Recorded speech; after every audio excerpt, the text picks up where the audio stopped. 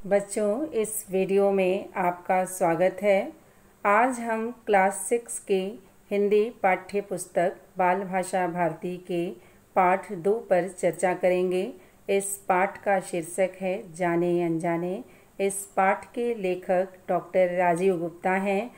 उन्होंने इस कहानी के माध्यम से हमारे समाज में भीख मांगने और देने वाले लोगों के बारे में बात की है। इसे उन्होंने सामाजिक कुरीति माना है और इसको बंद करने के लिए कुछ ठोस कदम उठाने के लिए कहते हैं। इस कहानी में डॉक्टर राजीव गुप्ता ही लेखक हैं, अतः लेखक ने अपने लिए मैं शब्दों का प्रयोग करते हुए भीख मांगने वाले एक गरीब लाचार 10 वर्षीय बालक के मनोदशा का वर्णन किया है, जो कि हमारे मन मस्तिष्क को झकझोर देती है। इस कहानी को मैं संक्षिप्त रूप प्रस्तुत करने का प्रयास कर रही हूँ ताकि इसे आप स्वयं पढ़कर भी समझ सकें। कहानी कुछ इस प्रकार है। कुछ समय पहले डॉक्टर राजीव गुप्ता के क्लिनिक में कोई कंपाउंडर नहीं था। वह अकेले ही दुकान की साफ सफाई करते, मरीजों को दवा आदि देते, उन्हें देखते। प्रतिदिन सुबह 8 बजे वे क्लिनिक खोल देते और दुकान की साफ सफाई, दवाओं की रैक आदि को व्यवस्थित करते।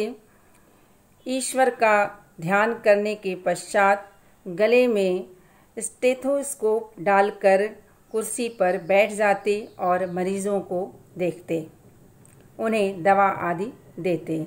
इसके बाद खाली समय में वे कोई किताब आदि पढ़ते।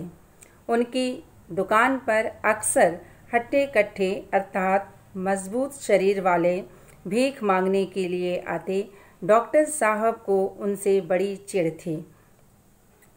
वे उन्हें कुछ न कुछ काम करने के लिए कहते और तब कहते मैं कुछ पैसे दूंगा, लेकिन वे सब मन ही मन बड़बड़ाते हुए आगे चले जाते। डॉक्टर साहब को मन ही मन हंसी आती और मन में सोचते सब के सब कामचोर हैं, भीख मांगने का धंधा बना रखा है। परंतु एक दिन ऐसी घटना घटी कि जिसे डॉक्टर साहब कभी भूल ही नहीं सकते थे। एक दिन उनकी क्लिनिक पर एक छोटा सा लड़का, जो कि 10 साल का रहा होगा, आया और उसने बोला कि बाबूजी कुछ खाने को दे दो, मैं 2 दिन से भूखा हूँ। डॉक्टर साहब ने उसे डांटते हुए कहा कि इतना सा होकर भीख मांगता है, क्या इस पैसे से फिल्में देखेगा? बच्चा जो है अचकचा सा गया, वह इसके लिए तैयार नहीं था और उसने कहा नहीं बाबूजी, मैं इससे कुछ खा लूँगा। उन्होंने कहा डॉक्टर साहब ने कि क्या तुम्हारे माँ बाप नहीं हैं कि तुम्हें नहीं खाने को देते?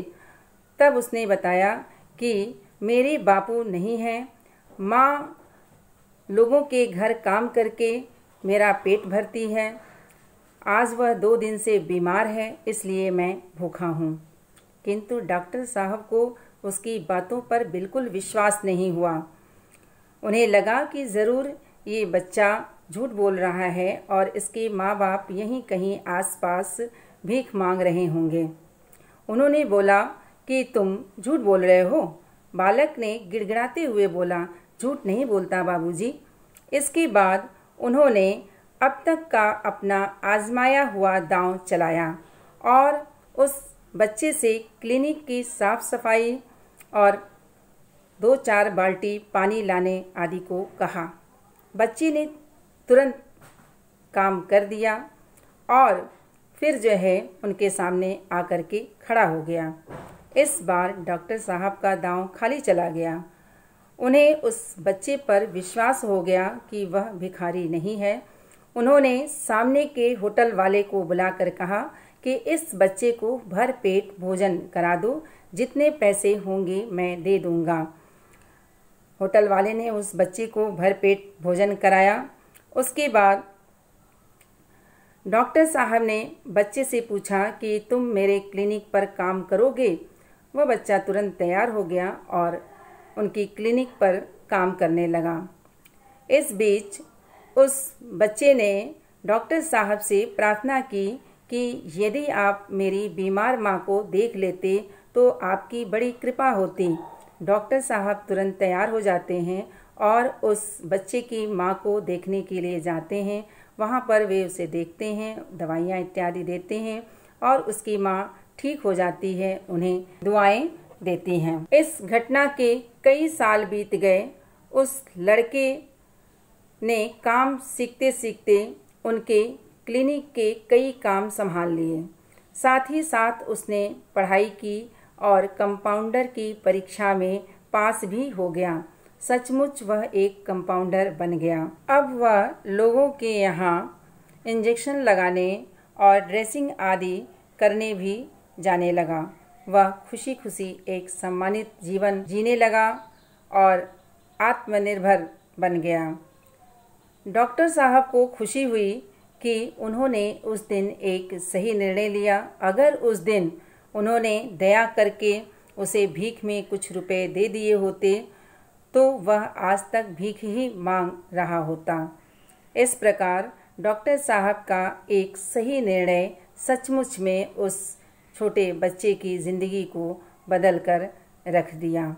आज बस इतना ही।